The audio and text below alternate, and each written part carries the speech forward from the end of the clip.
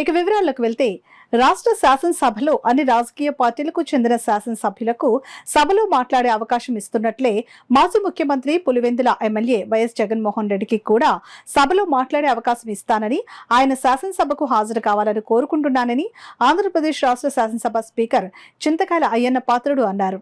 పిఠాపురం నియోజకవర్గం చేబ్రోలు వద్ద గల మాజీ ఎమ్మెల్యే వర్మ గెస్ట్ హౌస్ కు స్పీకర్ చింతకాయల అయ్యన్న పాత్రుడు విచ్చేశారు.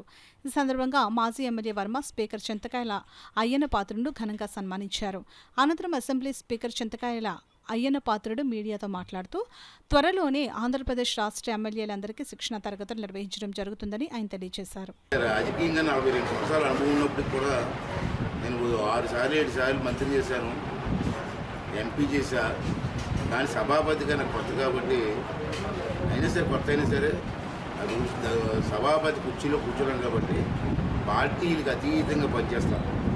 అందరు ఎమ్మెల్యేలకు కూడా మాట్లాడే అవకాశం ఇస్తాను. తర్వాత ఈసారి కొత్త ఎమ్మెల్యేలు 88 మంది కొత్త ఫస్ట్ టైం ఎమ్మెల్యేలు వచ్చారు. వాళ్ళకి కూడా సభ అంటే ఏంటి, రూల్స్ అంటే ఏంటి, వచ్చిన ఎవరంటే ఏంటి, ఎలా మాట్లాడాలా, ఎలా ఎక్స్ప్రెషన్ ఇవ్వాలా అవన్నీ కూడా చెప్పాల్సిన అవసరం ఉంది.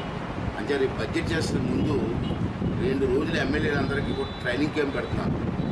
దానికి వెంకయ్యనాయుడు గారు, లోక్సభ స్పీకర్ గారిని, అలాగే మనోహర్ గారు స్పీకర్ చేశారు, వారిని అలా కొంతమందిని పిలిచి వాళ్ళ చేత ట్రైనింగ్ క్లాసులు ఇచ్చి ఎమ్మెల్యేలందరికీ కూడా సభలో మాట్లాడే అవకాశం కల్పించి ప్రజావాణి ప్రజలు ఏమనుకుంటున్నారో అన్నీ కూడా అసెంబ్లీలో మాట్లాడే అవకాశం కల్పించడం కోసం నా సాయశక్తిగా కృషి చేస్తాను.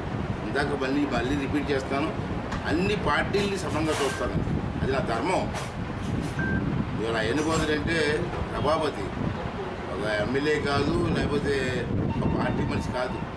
రాజ్యాంగం ప్రకారం రాజ్యాంగం బద్ధంగా ఉన్న వ్యక్తిని నేను. అయితే అన్ని పార్టీలు సమంగా ఇస్తాను. అయితే పార్టీ వాళ్ళు మేము రావని బాయ్కాట్ చేయడం మంచిది కాదు. మీరు రండి, అసెంబ్లీని మీకు ఇచ్చిన టైంని ఉపయోగించుకోండి, ప్రజా సమస్యలు మాట్లాడండి. రాష్ట్రం బాగా నష్టపోయి ఉంది. మనకి ఆంధ్ర రాష్ట్రాన్ని కాపాడడం కోసం, అభివృద్ధి చేయడం కోసం పార్టీలకు అతీతంగా ఆలోచించి మన రాష్ట్రాన్ని అభివృద్ధి చేసి మన ప్రజల కోరికను నెరవేర్చేసే బాధ్యత ఇవాళ ప్రతి ఎమ్మెల్యే మీద, ప్రతి మంత్రుల మీద రాజ్యాంగబద్ధంగా ఉన్న ప్రతి ఒక్కరు కూడా ఆలోచించవలసిన అవసరం ఉందని చెప్పి మీ ద్వారా అందరికీ మనం చేస్తాం.